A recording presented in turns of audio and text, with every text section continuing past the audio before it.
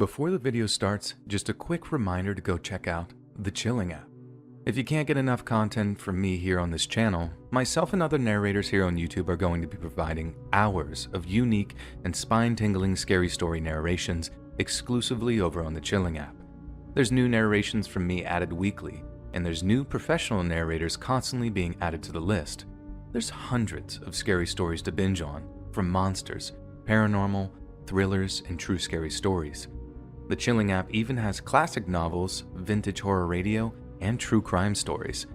And this all can be enjoyed with their one-of-a-kind ambient menu, where you can mix in immersive and relaxing sound effects like a crackling fire, dark storms, and chill rain, and adjust their volumes independently and a sleep timer so you can drift off to dreamland without interruptions after. They even curated a sleep-tight playlist with all the longest stories in one place. Click the link in the description or the pinned comment to try the free trial of the Chilling app, and after that it's only $2.99 a month, which makes it completely ad and interruption free. And don't forget, Chilling is giving away a PS5 Super Bundle. There's another link below with simple instructions on how to enter. A winner will be decided December 10th, just in time for the holiday. Thanks so much, friends, and enjoy the stories.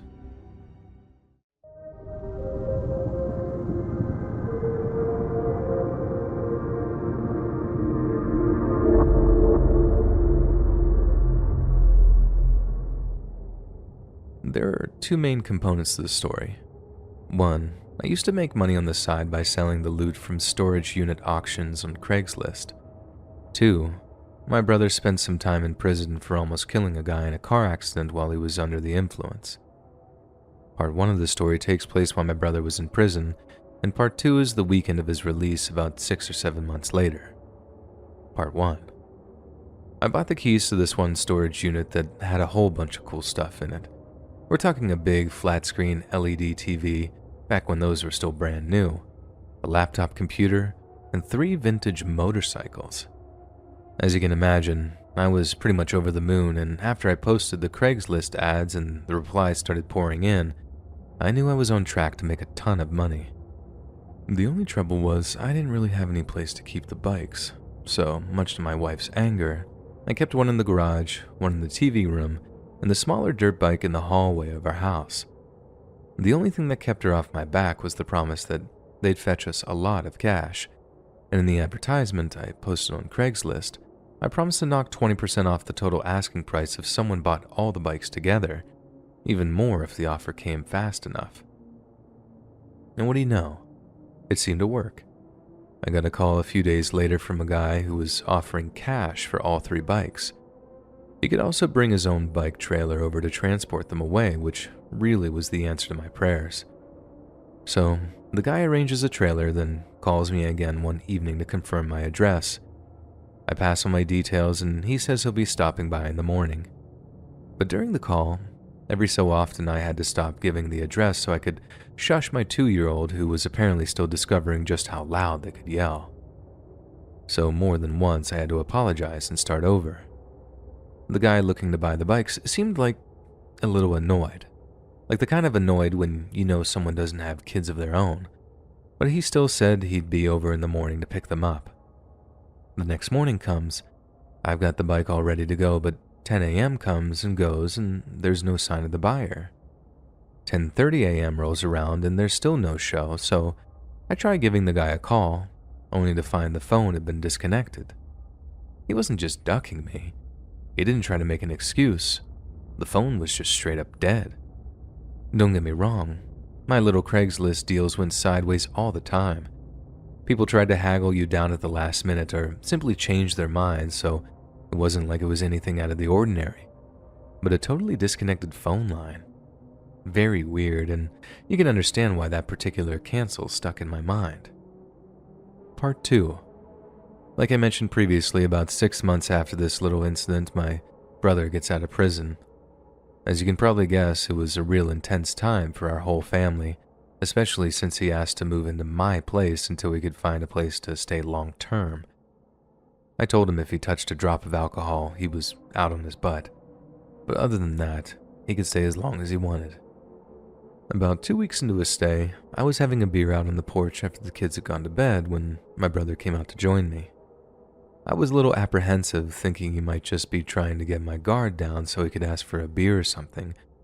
But I was just being paranoid, and we had a little heart-to-heart that night, me drinking Paps and him drinking Faygo. We talked about stuff he'd missed, how Mom and Dad really felt about his conviction, but most relevant to this story, we talked about his time in prison. It was a long, meandering conversation that honestly is a little hazy on my part thanks to the beers, but I remember mentioning something about how I felt bad for him, being locked up with all those scumbags. My brother's a jerk, but he's not a bad person. He was torn up after the accident, almost took his own life, and he took his jail time on the chin because he knew he deserved it. I just hated the idea of him being locked up with actual evil people, people that might hurt him, manipulate him, or coach him into being an actual criminal and not just some idiot who liked to drink too much. His reply kind of caught me off guard for a second because instead of telling me some story about talking to murderers or bank robbers, he says something like, "There's actually some pretty good guys in there, you'd be surprised." I guess maybe I would. I mean, my brother ended up inside. All he made was one dumb but dangerous mistake. But still, I just guffawed and told him to give me one credible example. Then, I swear to God, he starts telling me this story about this biker guy he'd shared a cell with for a few months. He wasn't just any old biker dude either. He was president of the local chapter of quite a well-known one-percenter club. Not the kind of guy you want to mess around with, but apparently also a man with a code. He once told my brother a story about how one of his associates found a guy selling a bunch of motorcycles. He planned to get the guy's address, roll up in the middle of the night, kill the guy selling them, then steal the bikes. The only reason they called the job off was because the associate had heard kids on the other end when he was talking to the seller on the phone. It took a minute for the penny to drop, but I remember interrupting my brother to ask where they'd seen the bikes advertised, and when he said online, I swear my heart rate went into overdrive for a second. I threw out a flurry of questions, asking him what website, what models the bikes were, where their prospective victims could have been located. My brother didn't have any answers to these questions, just a few vague answers before he hit me with a question of his own. I just straight up told him I thought the biker's mark was me, and I told him all about the bikes I'd won in the unit auction, how the buyers seemed to just drop off the face of the earth. To this day, I'm convinced it was me, and that the only thing that kept me and my family safe were the wails of my toddler. My brother doesn't seem to think that was the case and insisted that the bikers only targeted other bikers, kind of like the way the mafia only kill and rob other mafia guys. But I'm not so sure. Like I said, even these days I have this feeling in my gut that screams, "You dodged a bullet." I was always told that having kids would change my life. They just didn't tell me that it'd save my life at some point too.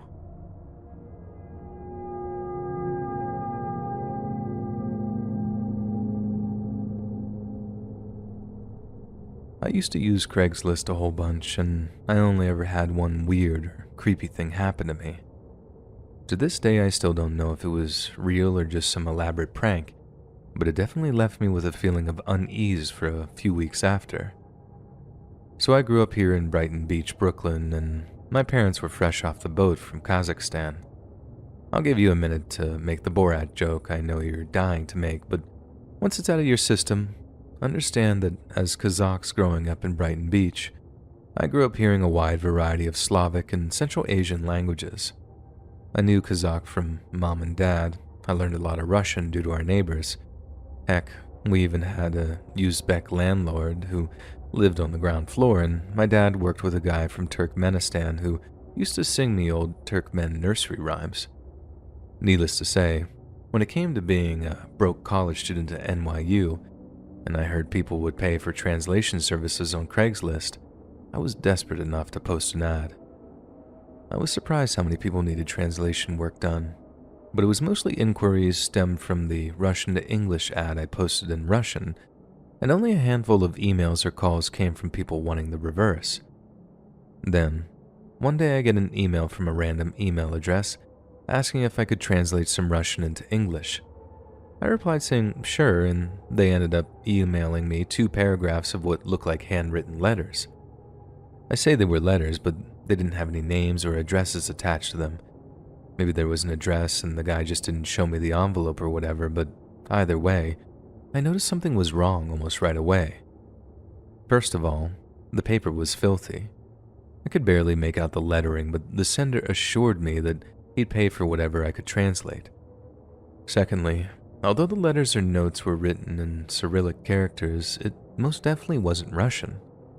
I told the person it'd take me a few days to get the translation done, making up some lie about being busy with college, but really, I was asking around my neighbors to see if any of them recognized the language.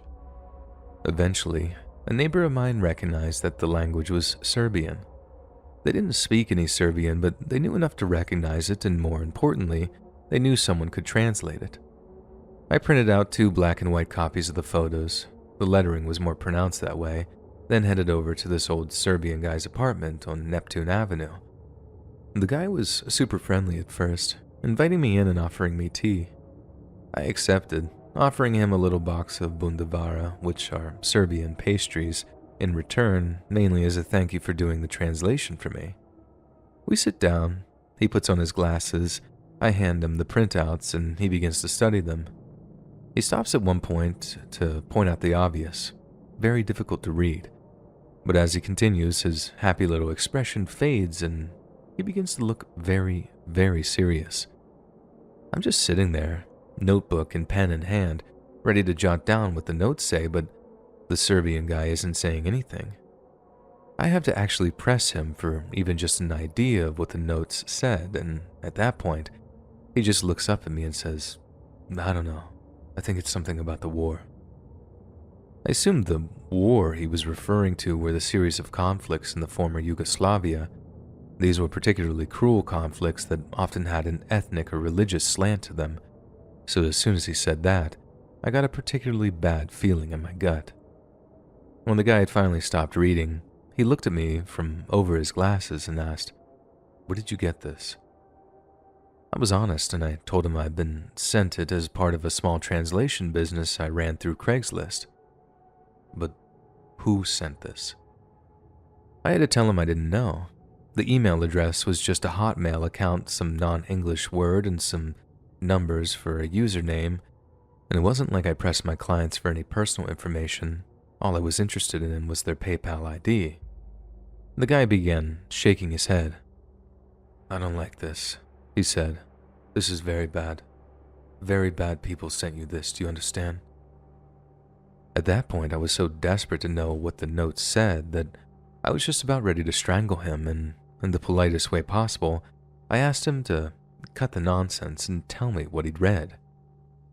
I wrote all this down, and it's fragmented and the translation might not be the best, but here it goes. In a large house found near Bostahovin, all the phone lines have been cut. No other means of communication. Don't believe the commander if he says we're doing fine. We finished off everyone in Fajr. But everything since then, the situation has been worse and worse. It started after we marched into the hills near Braukovici. During the march, totally disappeared. We sent out a small patrol, but they too stopped answering their radios, and we haven't heard from them since. Dragan thinks, afraid, but no one shows it. Found salvation when we came across the house. There were Turks inside, and we took them outside.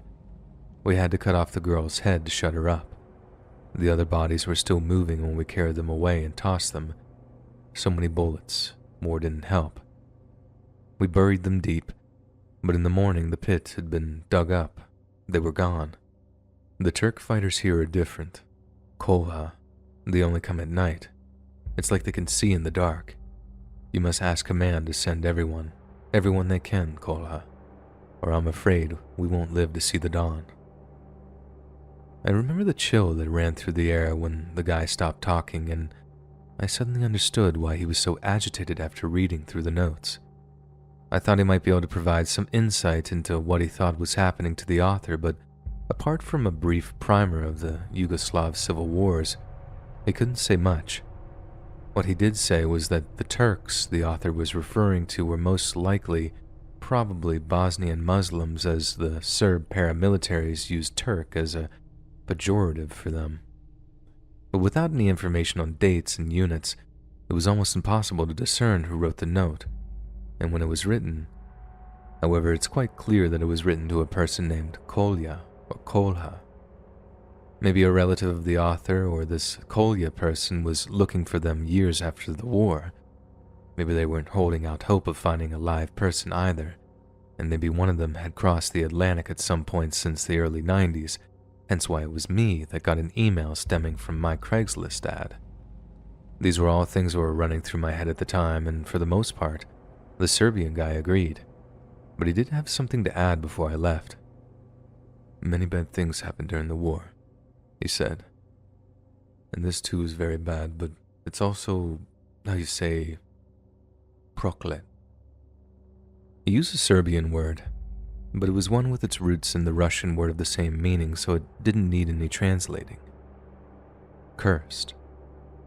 I'm not gonna lie, I was definitely freaked out by whatever vague story the notes told, but I just thought it was some small piece, a clue even in some wider, more tragic tale. I just went home, sent the original emailer their translation, got paid, and went about my business. It wasn't until much later on that I started to really mull over what the note said, and there was this one week where I basically obsessed over it, trying to interpret meaning, filling in the gaps, and even Googling a couple of the places' names. But I think it's that line that reads, "Bodies were still moving," that sticks with me the most. They talked about decapitating someone, and the body was still moving? I'm not saying anything supernatural was happening. I imagine a headless person is a lot like a headless chicken. But then I start to consider the part where it said, "It's like they can see in the dark," and my imagination really starts to run away with me. For quite a while, I'd have done almost anything to know what happened to the person who wrote those notes. But I think I'd be better off not knowing.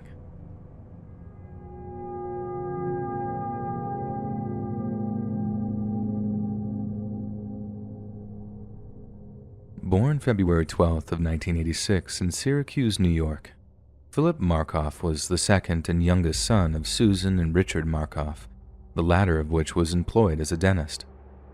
From an early age, Philip proved an exceptional student. He was bright, well-mannered, and outgoing, gaining membership of the National Honor Society while attending Vernon Verona Sherrill High School. After graduating in 2004, Markoff enrolled as a pre-med student at State University of New York at Albany, then went on to attend Boston University School of Medicine in 2007. By this time, he was also engaged to be married to a woman named Megan McAllister. Philip and Megan had met while volunteering at Albany Medical Center Hospital Emergency Room and had planned their wedding for the date of August 14th, 2009. But the couple's wedding would never arrive, as Philip was harboring a dark, dark secret. You see, by day, Philip wore the mask of a young, upwardly mobile medical student.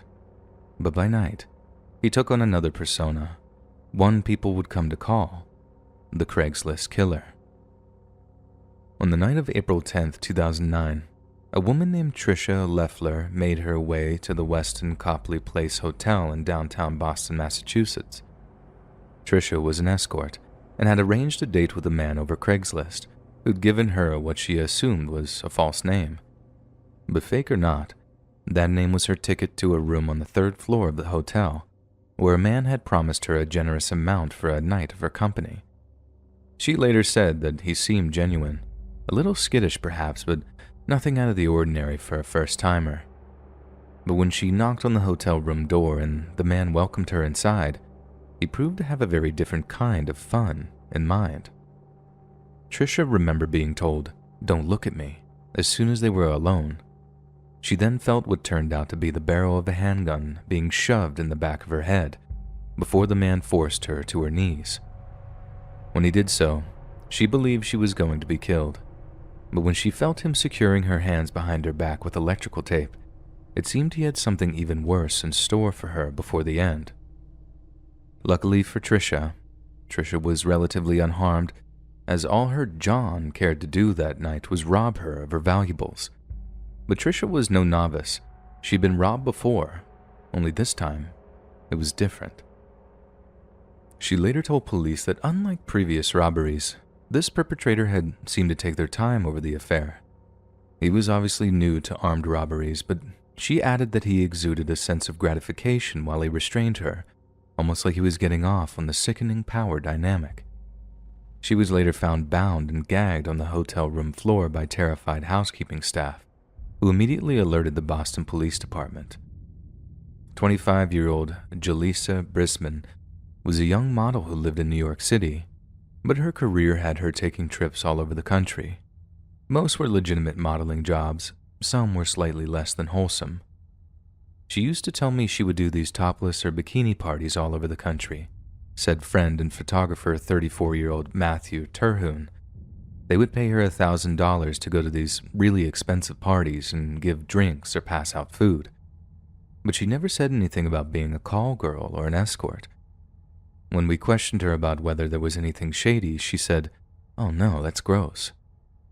Regardless of her reasons, Jaleesa's work brought her to the Boston Marriott Copley Place on the night of April 14, 2009, and it would prove to be her last night on Earth.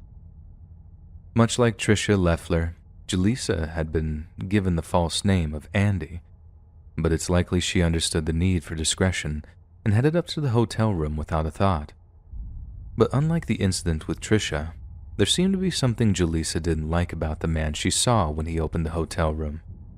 Perhaps he looked different from a picture he'd shown her, or perhaps it was because he was holding a pistol in his hand.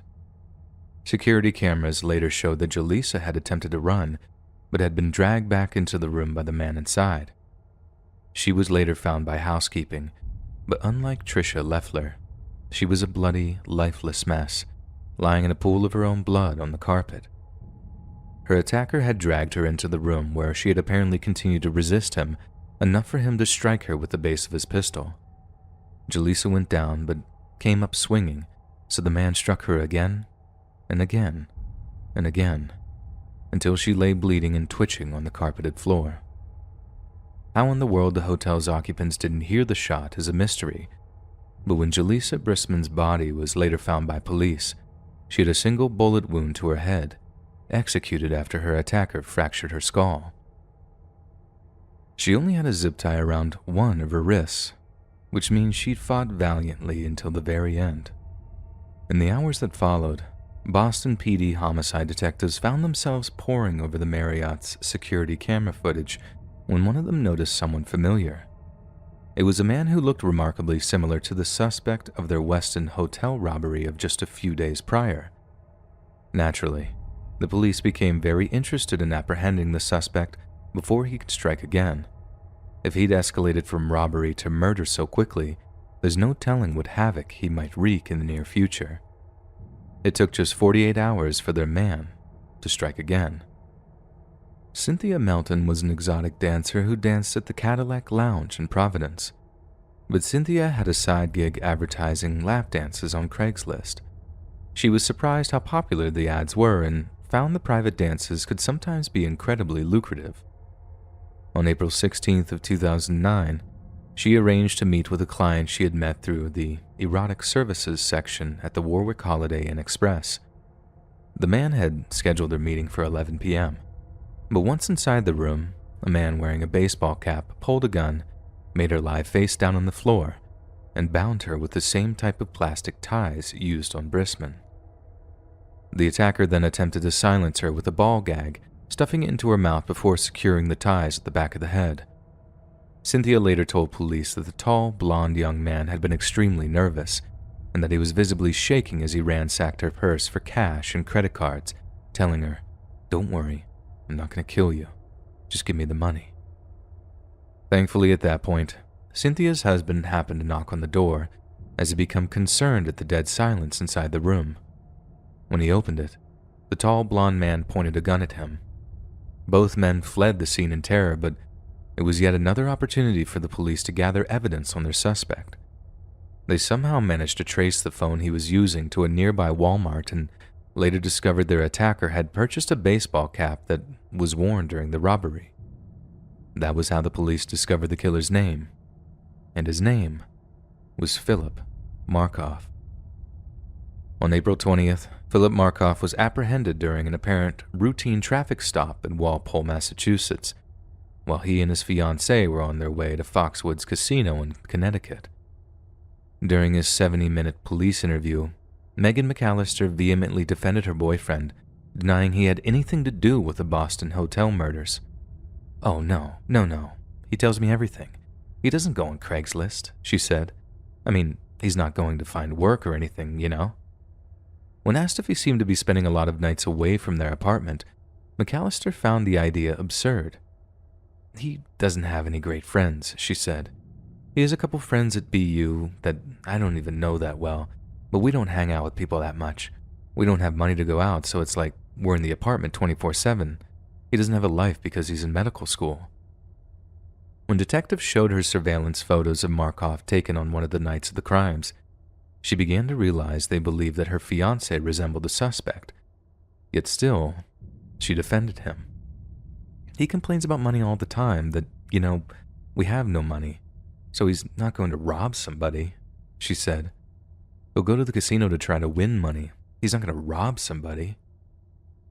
Markoff also denied being the Craigslist killer, but by then, police had tracked emails he had sent Brisbane to his Quincy apartment, and one of his victims had identified him from a picture. When police took him in for questioning that day, he was so arrogant that he was wearing the shoes he wore the night of Brisbane's killing, with her blood still splattered on them. Detectives asked if he had been at any downtown hotels in recent weeks, if perhaps he might have been meeting with women behind his fiancée's back and was too ashamed to admit it. "Sometimes, Philip, when things like this happen, cheating, I mean, it's a pretty ugly situation," Detective Dennis Harris is reported to have said. "We don't mean them to happen. It doesn't make you a bad person, but it only makes things worse if you lie about it." After repeated questioning about where Markoff was on the night of the crimes, Detective Harris asked if he was getting frustrated. "Yeah, because you keep on asking me the same questions," Markoff said. "I didn't tie up and rob anybody. I told you I don't know what you're talking about. So can you get me an attorney?" Markoff was still insistent on his innocence when the police chose to detain him on grounds he was a flight risk. His fiancée, on the other hand, was beginning to doubt him. "Is there any reason for me to be, scared to go home with this person?" she asked. "Do you have any reason to fear him?" one of the detectives replied. Megan told him no, that she wasn't scared of Markoff. But what we also know is that she didn't go back to their Quincy apartments that evening, instead heading back to her native New Jersey to be with her parents. Clearly, she knew something terrible had happened, something Markoff wasn't innocent of. On April 21st, when Markoff was arraigned in the case of Brisbane's murder, the prosecutor stated that a semi-automatic handgun, wrist restraints, and duct tape had been found in Markoff's apartment, all of which matched the varieties used at the crime scenes. Markoff made several attempts to take his own life while being held at the Nashua Street jail. One attempt was made 3 days after his arrest, and this seems to have been the incident that confirmed his guilt in most people's minds. Even after the gun and duct tape was found at his apartment, Markoff's fiancée was insistent on his innocence. She called him beautiful inside and out, but after him attempting to take his own life, she seems to have accepted his guilt. Markoff then made an additional attempt at taking his own life after his fiancée called off the wedding, and another attempt on the day his wedding was to have taken place. On June 11th, she visited Markoff a second time and told him she did not plan to see him again for a long period of time, if ever. At various times he was on watch or in the jail's psychiatric unit, but it seems Markoff wouldn't let anything stand between him and the abyss. On August 15th of 2010, exactly 1 year and 1 day after his wedding was to have taken place, Philip Markoff was found dead in his jail cell. He had somehow crafted a knife using a pen, an open flame, and a piece of metal, a common method for creating what's known as a prison shank. He then used this makeshift blade to open up arteries in his ankles, neck, and legs. Philip had also blocked off his own airway with a wad of toilet paper before placing a plastic bag over his head, tightening it with a roll of gauze that had been smuggled out of the prison's infirmary. The correctional officers who discovered Markov's body were horrified to discover that he had written his former fiance's name and their pet names for each other in blood on the cell wall. Photographs of Markov and Megan McAllister were scattered all around his lifeless body, almost like they were the last images Markov wanted to see before clinical death set in. Some of us might be glad to hear that a predator killer who targeted some of the most vulnerable people in society met his end in a miserable, painful way. But spare a thought for Megan McAllister. Markov taking his own life was highly publicized in the weeks following his demise, and we can safely assume that Megan got word of how her name was written in blood on Philip's cell wall. Perhaps this was his own messed up way of apologizing, but it's also clear that the act is one that will haunt Megan for the rest of her natural life. A reminder of the man she wanted to marry, a man who turned out to be a monster, who wrote both her name and his story in blood.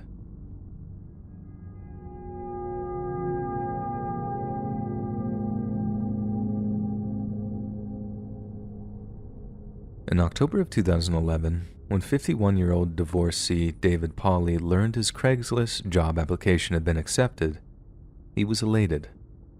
For the past few months, he'd been unemployed and was so broke that he'd been forced to sleep on his brother's couch in Norfolk, Virginia.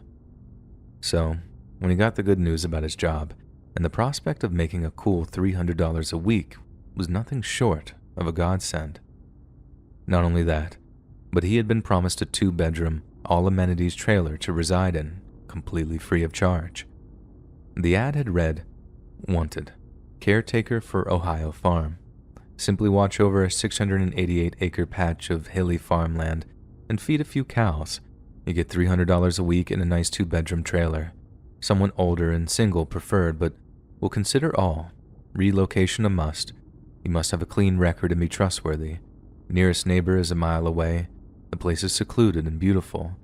It'll be a real getaway for the right person. Job of a lifetime. If you are ready to relocate, please contact ASAP." The only drawback was the prospect of relocation. But then David remembered an old high school friend who'd moved up to Ohio a few years prior and had managed to turn his life around. That was the decider, and shortly afterward, David drafted an email to send to the advertisement's poster, a man who called himself Jack. A few days later, David received a reply back from Jack saying that he had narrowed his list down to 3 candidates. Shortly after that came the confirmation call. David's older brother, Richard Pauly, remembered how happy he was when the call finally came. He was yelling, "I got it! I got the job," Richard later said. Then he immediately called his buddy of his up in Ohio Mall and started talking a mile a minute. He swore that this was the best thing that had ever happened to him and said he couldn't wait to pack up and go. Chris Mall, David's buddy up in Ohio, found himself in tears when he got the news. He's long taken to calling David his brother from another mother and had been deeply concerned for his old friend following what had been a messy, bitter divorce. It was like, maybe this is the turning point, and things are finally going the right way, Mall later said. The two friends arranged to meet up during David's first week in Ohio, with Chris promising to help him settle in. After that, all that was left was to pack up his belongings and hit the road. David arrived at the Red Roof Inn in Parkersburg, West Virginia on the night of Saturday, October 22nd, 2011.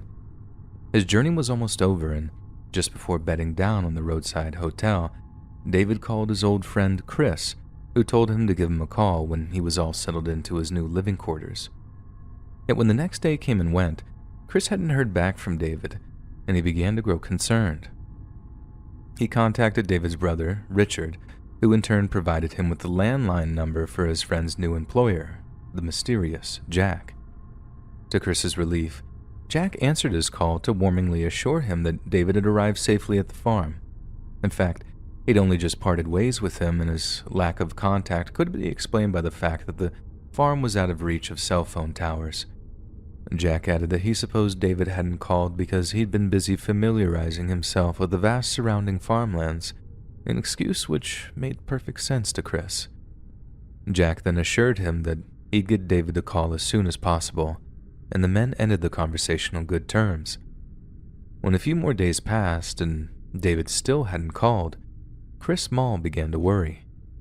He called Jack on his farm's landline again, only to be informed that David had apparently packed all of his things into his truck before taking off for Pennsylvania, apparently to work on a drilling rig for a more generous salary. Again, it was an excuse that made all the sense in the world, but for some reason, it just didn't sit right with Chris. The two men had been best friends since high school, and despite living in different cities and states over the years, they always kept one another informed of their whereabouts. David had been beyond excited to hook up with his old drinking buddy, so the idea that he'd just taken off without a word just seemed odd. Around 2 weeks after Chris Small's last contact with his old friend, he contacted David's twin sister to see if she'd heard from him. He was told that not only had Debbie not heard from David, but she'd been practically glued to her laptop for the past 2 weeks, conducting what amounted to an amateur investigation into her brother's disappearance. She went on to tell Chris that she'd made an incredibly disturbing discovery. She'd discovered that although it was indeed in an isolated area, there was a small town named Cambridge a few hours' drive from Jack's farm. She then pored through articles from the town's news website, the Daily Jeffersonian, only to find something that made her blood run cold. The November 8th headline read, "Man says he was lured here for work, then shot." The article didn't mention the name of the victim, but it did mention that he'd been hired to work on a 688-acre ranch, and that the Noble County Sheriff, Stephen Hanoum, was working day and night to find the perpetrator. Debbie had called the sheriff's office immediately and was waiting patiently to hear back. 5 days before Debbie's call, deputies had been contacted by the shooting victim from the headline she'd read, a man named Scott Davis. Davis told the deputies that he'd seen the ad for the job on Craigslist, but when he'd arrived at the farm, his prospective employers had tried to murder him. Stephen Hanoum was terrified that David Pauley hadn't been so lucky, and so the next day, the sheriff's office called an FBI cybercrime specialist to help them get information about who had written the Craigslist ad. They also sent a crew with a cadaver dog back to the woods where Davis had been shot, just in case the worst had already happened. On the day of the search, one FBI agent recalled what he described as a torrential downpour and how the howling of nearby coyotes gave the search an ominous feel.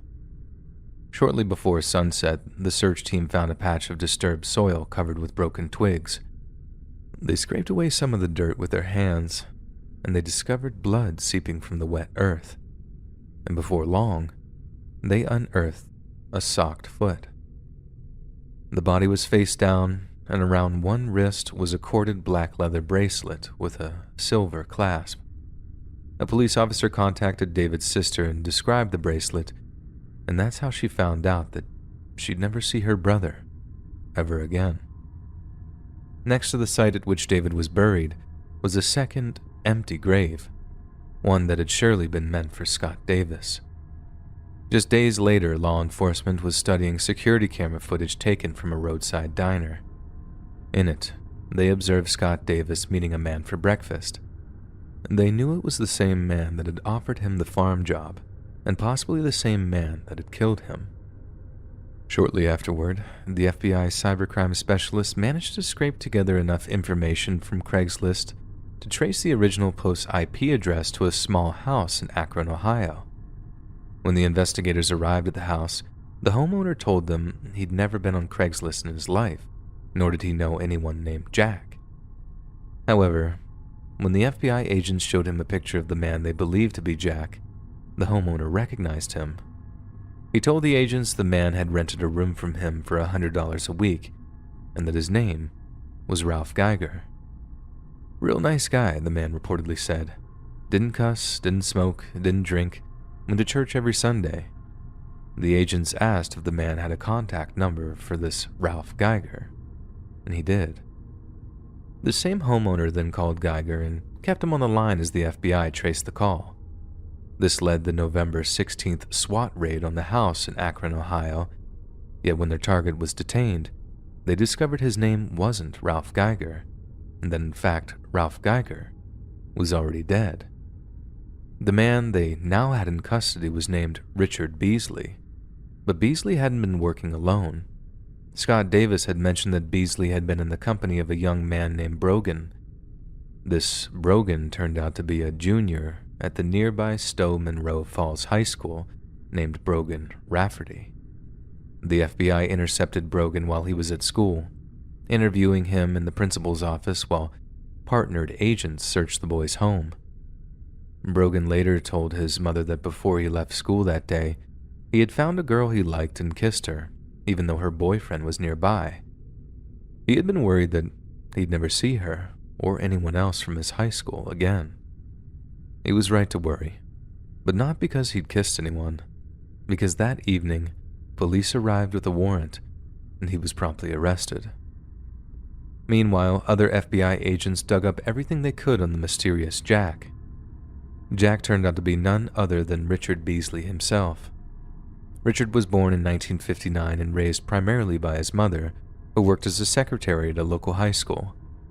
He married and had a daughter named Tanya, who was about the same age as Brogan Rafferty, and held down various machinist jobs over the years in between prison spells. He'd done 5 years on burglary charges in Texas and another 7 in a federal prison for a firearms violation. One FBI agent later said that Richard looked like an evil version of Santa, with his wild eyebrows and bushy white beard. He also seemed to have mobility difficulties, which apparently stemmed from an incident in the mid-2000s when a dump truck hit Richard's car, leaving him with head, chest, and spinal injuries. After the accident, Richard told people he'd found God and began to spend a lot of time at a local megachurch known as the Chapel. He also became heavily reliant on opiate-based medications, and his addiction wreaked havoc on what was already a chaotic lifestyle.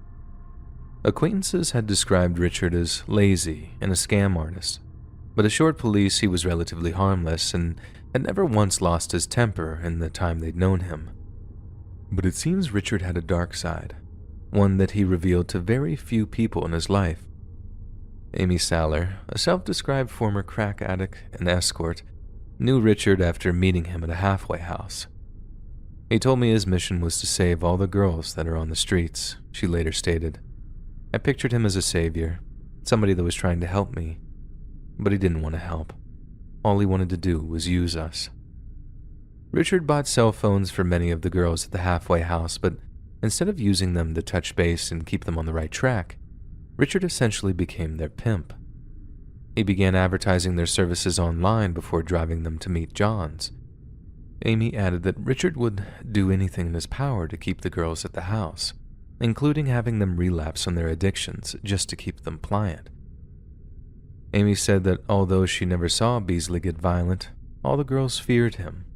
He was a manipulator, a man who implied violence, and although he generally kept his cool, they knew he was perfectly capable of inflicting serious harm. In early 2011, Richard was arrested in Ohio on narcotics charges. While he was locked up, investigators began building an additional case against him, but when he was released on bond in mid-July, he went on the run from the law. Richard desperately needed to disappear, and when he realized his ticket was to assume a new identity, his deep-seated predatory nature had him coming up with a deeply sinister plan.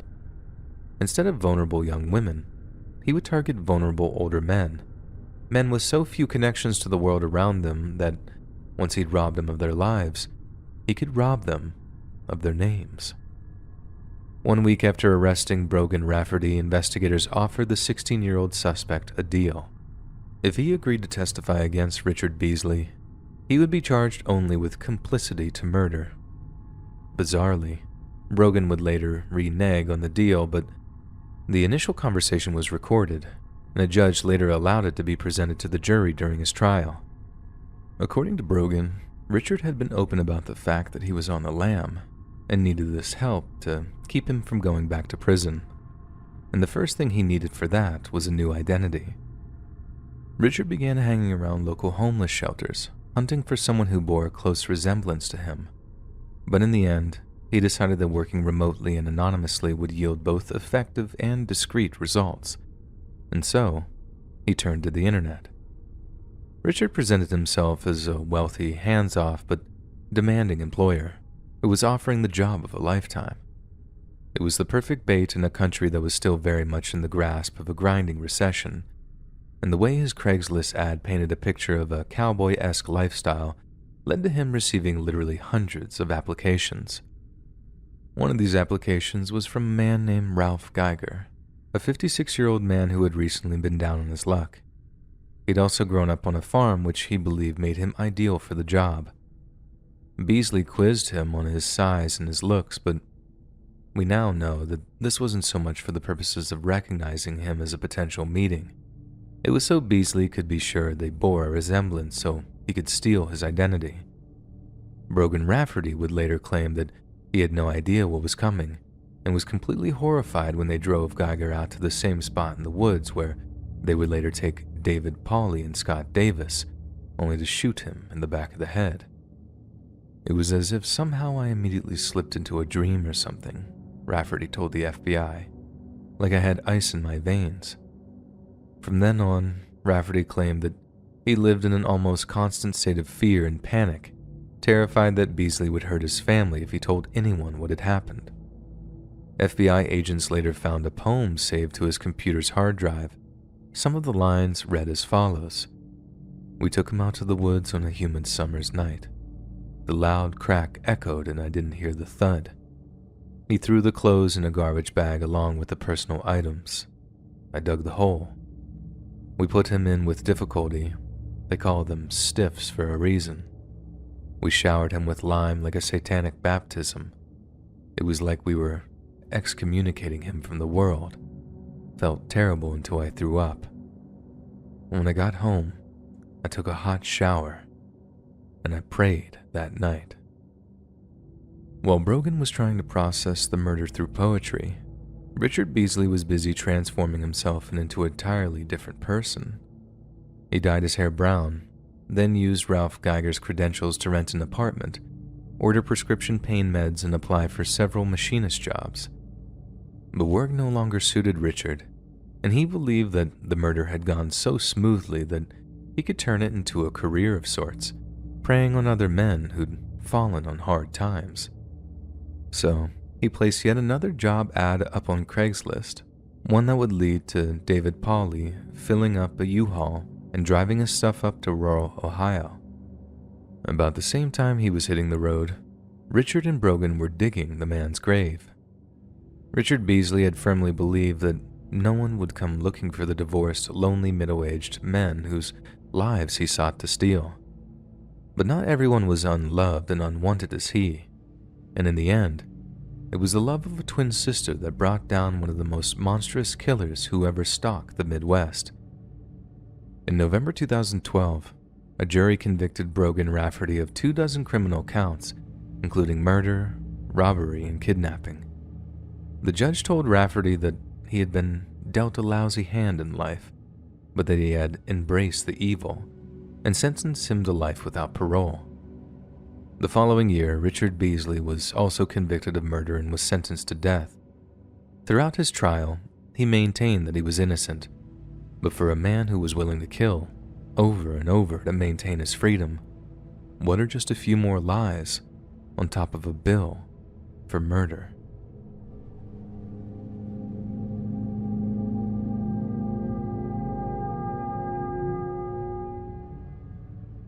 My brother. I miss him every day. We know how he died because he passed away in our parents' spare room. There's just a big gap between him deciding to backpack around Mexico and the state he was in when he finally returned. So, he saw an advertisement on Craigslist for a job on a ranch down in Mexico, and since he was taking a year out before college, He figured it'd be the perfect way to expand his mind a little before heading off to lose himself in books. Anyway, I think it was June. He packed up his stuff and headed off to the bus station where a bus would take him down to El Paso. My mom and dad get a phone call a few days later just letting them know he'd arrived safely on the ranch. There were a bunch of other Americans there apparently, hence why the ad mentioning something about fluency in Spanish not necessary, and he was settling in nicely after getting a general orientation. He then promises to call back every week or so just to keep our parents updated on what's going on, if he needed anything mailed to him and stuff like that. Then one week, the phone call stopped. Mom and Dad tried calling the ranch he was working at only to be told my brother had moved on. They'd exhausted trying to call his little prepaid cell phone. It used to just ring out, but one day it was disconnected, so there was basically no reaching him. Not long after, Mom and Dad reported him missing, and this grim realization set in that we might not ever see him ever again. About 4 or 5 months after he'd first departed for Mexico, and with the police still having no idea where he was, Mom and Dad got a knock on their door. Dad says he was terrified to be the cops with the news that they'd all been terrified of getting, but he says he was so happy that he burst into tears when he saw that the person at the door was none other than my brother. Only he wasn't like how he remembered. He'd gone out there looking healthy and feeling happy, and he came back skeletal with a crippling addiction to opiates. We never really got to the bottom of how he'd gotten hooked. He only talked about his time in Mexico once, and it was super vague and nondescript. Mom and Dad got him on a methadone program hoping it would help him get clean, but it turned out to be the thing that killed him. Swallowed too much of the stuff one night and just never woke up.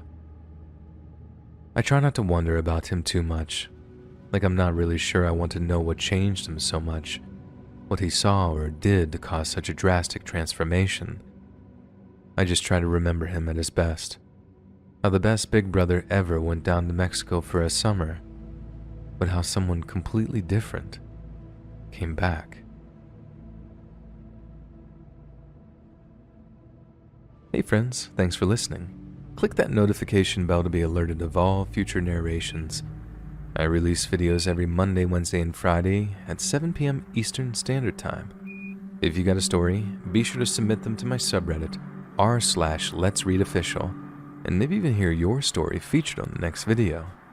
And if you want to support me even more, grab early access to all future narrations and bonus content over on Patreon, or click that big join button to hear about all the extra perks offered for the channel. And check out the Let's Read podcast, where you can hear all of these stories in big compilations and save huge on data, located anywhere you listen to podcasts. Links in the description below. Thanks so much, friends. And remember, dragons love clown meat.